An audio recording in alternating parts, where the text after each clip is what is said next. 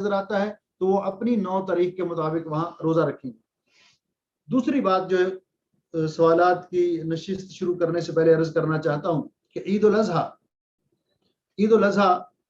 یہ وہ مبارک دن ہے جو اللہ رب العزت نے خصوصی طور پر اس امت کو 2 دن عید کے عطا کیے ہیں، ایک عید الفطر اور ایک عید الاضحیٰ۔ عید الاضحیٰ کی نماز کے لیے بھی اسی اہتمام کے ساتھ ہمیں جانا چاہیے کہ غسل کر کے اچھا لباس پہن کر، مرد خوشبو لگا کر اور گھر سے نکلیں، اور عید نماز کا ٹائم جو ہے، عید الاضحیٰ کی نماز کا ٹائم یہ 5:16 پر ہے، 5:16 پر ہے۔ نماز تو مسجد کے اندر نماز ادا کی جاتی ہے، اگر نماز کھلے میدان میں ادا کی جائے تو پھر نماز سے پہلے کوئی نوافل نہیں ہے، نہ پہلے نہ بعد میں۔ رسول اکرم صلی اللہ علیہ وسلم مصلی عید سے واپس آ کر گھر میں 2 رکعت نماز نفل ادا کیا کرتے تھے، لیکن نماز عید سے پہلے اور نماز عید کے بعد کوئی نماز نہیں ہے، نہ اس کے لیے اذان ہے اور نہ اس کے لیے اقامت ہے۔ نماز عید کو جانے کے لیے اس قدر اہتمام کا حکم دیا گیا کہ خواتین وہ بھی پردے کا اہتمام کر کے وہ بھی نماز عید کے لیے جائیں، خواہ نماز عید مسجد میں ہو یا کھلے میدان میں ہو۔ لیکن آپ جانتے ہیں کہ یہاں جو وزارت صحت کی طرف سے احتیاطی تدابیر کے طور پر، تدابیر الواقعہ کے اعتبار سے، یہاں مساجد کے اندر نماز میں نمازی کھڑے ہوتے ہیں فاصلے کے ساتھ، اور خواتین کے لیے الاؤ نہیں ہے کہ وہ مسجد میں آ کر نماز عید ادا کریں یا باقی نمازیں ادا کریں یا نماز جمعہ ادا کریں۔ تو ایسی صورت میں نماز عید چونکہ فرض عین ہے تو خواتین کیا کریں گی؟ تو خواتین اس بات کا اہتمام کریں کہ اپنے شوہروں کے ساتھ، اپنے محرم لوگوں کے ساتھ، وہ جہاں کھلے میدان میں اہتمام کیا جاتا ہے کویت میں مختلف مقامات پر عید نماز کا، اور اس کا اناؤنس کر دیا جاتا ہے، شیڈول جاری ہو جاتا ہے، تو وہاں جا کر نماز ادا کریں مردوں کے ساتھ۔ تو یہ تو ٹھیک ہے، یہ سنت طریقہ ہے۔ لیکن اگر وہاں جگہ نہیں ہے، دور ہے، نہیں پہنچا جا سکتا، تو پھر خواتین بھی اپنے گھر میں نماز عید ادا کریں گی، اکیلی بھی کر سکتی ہیں اور جماعت بھی کروا سکتی ہیں، اور جماعت کے دوران جو امام ہوگی خاتون وہ درمیان میں کھڑی ہوگی۔ تو نماز عید کے لیے جاتے وقت تکبیرات کہتے ہوئے جائیں، اور نبی پاک صلی اللہ علیہ وسلم کا یہ سنت طریقہ تھا کہ جب آپ عید الاضحیٰ کے لیے گھر سے روانہ ہوتے تو کچھ کھائے بغیر کا معنی یہ ہے کہ اگر کسی کو پیاس ہے پانی پی سکتا ہے، لیکن کچھ کھانے کی چیز جو ہے کھائے بغیر آپ روانہ ہوتے عید نماز کے لیے، اور عید نماز پڑھنے کے بعد واپس آ کر قربانی کا جانور ذبح کرتے، اور قربانی کے گوشت سے یا کل من ان نسیکت ہی، اپنے قربانی کے گوشت سے، اور بہقی کے اندر روایت ہے کہ قربانی کے جانور کی کلیجی وہ بھون کر آپ کو دی جاتی، تو آپ سب سے پہلے اسی سے کھانا کھاتے نماز عید سے واپس آنے کے بعد۔ تو یہ سنت طریقہ ہے کہ جس طرح نماز عید الفطر کے لیے جاتے ہیں تو گھر سے کچھ کھا کر جانا ہے، یا اس سے کچھ کھا کر نہیں جانا، بغیر کھائے تکبیرات کہتے ہوئے جائیں، اور وہاں جا کر اگر تو نماز مصلی عید میں ہے تو نماز سے پہلے کوئی نماز نہیں ہے، نہ پہلے نہ بعد میں نوافل ہیں۔ لیکن اگر مسجد میں ہے اور وقت ہے تو وہاں جا کر تحیت المسجد پڑھنا سنت ہے، مسجد کے اندر تحیت المسجد جا کر پڑھنا سنت ہے۔ جاتے ہوئے راستہ اور ہونا چاہیے اور واپسی پہ راستہ اور ہونا چاہیے، اور تکبیرات کہتے ہوئے جائیں اور تکبیرات کہتے ہوئے واپس آئیں۔ یہ تکبیرات جو ہم شروع کریں گے کل نماز فجر کے بعد سے، تو یہ ایام تشریق کے آخر تک جاری رہیں گی،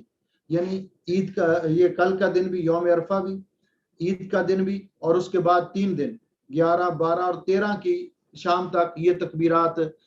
نمازوں کے بعد چلتے پھرتے اٹھتے بیٹھتے یہ پڑھتے رہیں گے۔ اللہ اکبر اللہ اکبر لا الہ الا اللہ واللہ اکبر وللہ الحمد۔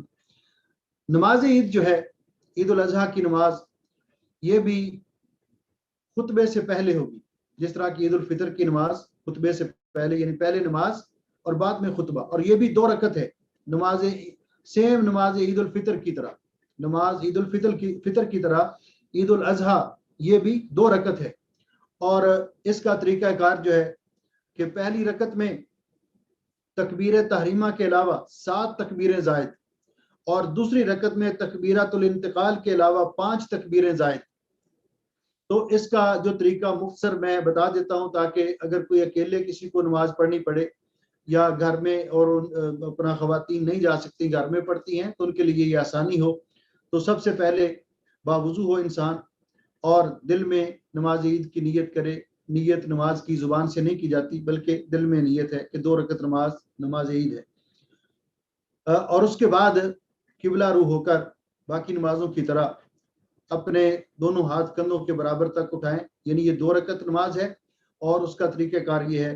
کہ اللہ اکبر کہہ کر دونوں ہاتھ کندھوں کے برابر تک اٹھا کر مرد بھی خواتین بھی اللہ اکبر تو سینے پر ہاتھ باندھ لیں گے اور اس کے بعد ثنا پڑھیں گے سبحانک اللہم و بحمدک و تبارک اسمک و تعالی جدک ولا الہ غیرک یا پھر اللہم باعد بینی دوسری دعا. تو ان میں دونوں میں سے کوئی ایک دعا پڑھنے کے بعد پھر 7 تکبیریں زائد کہیں گے اور ہر تکبیر کے ساتھ ہاتھ اٹھا کر پھر ہاتھ باندھ لیں گے. اللہ اکبر اللہ اکبر اللہ اکبر اللہ اکبر اللہ اکبر اللہ اکبر اللہ اکبر. یہ 7 تکبیریں زائد کہنے کے بعد پھر اعوذ باللہ من الشیطان الرجیم بسم اللہ الرحمن الرحیم اور سورۃ فاتحہ کمپلیٹ کریں گے. اور اس کے بعد سنت یہ ہے کہ سورہ فاتحہ کے بعد پہلی رکعت میں سورۃ الاعلی سبح اسم ربک الاعلی پڑھی جائے اور اس کے بعد سورت ختم کرنے کے بعد اللہ اکبر کہہ کر رکوع جائیں اور پھر سجدے میں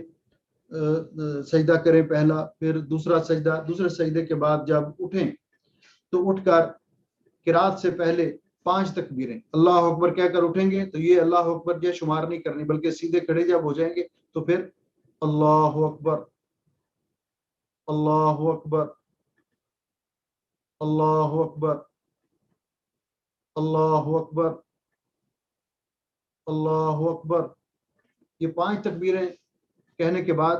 پھر قرات پہلے سورۃ فاتحہ اور پھر اس کے بعد سورۃ الغاشیہ هل اتاک حدیث الغاشیہ یہ پڑھنے کے بعد پھر باقی رکعت اسی طرح کمپلیٹ کریں گے